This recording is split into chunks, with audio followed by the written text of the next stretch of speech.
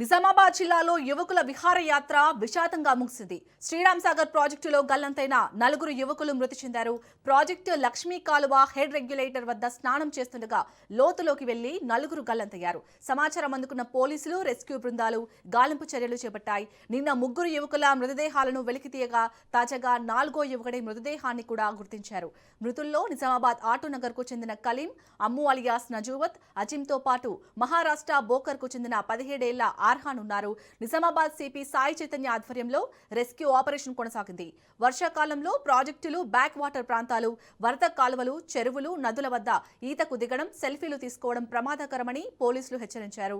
నీటి లోతు, ప్రవాహం తెలియని ప్రాంతాల్లోకి వెళ్లకుండా ప్రజలు అప్రమత్తంగా ఉండాలని సూచించారు.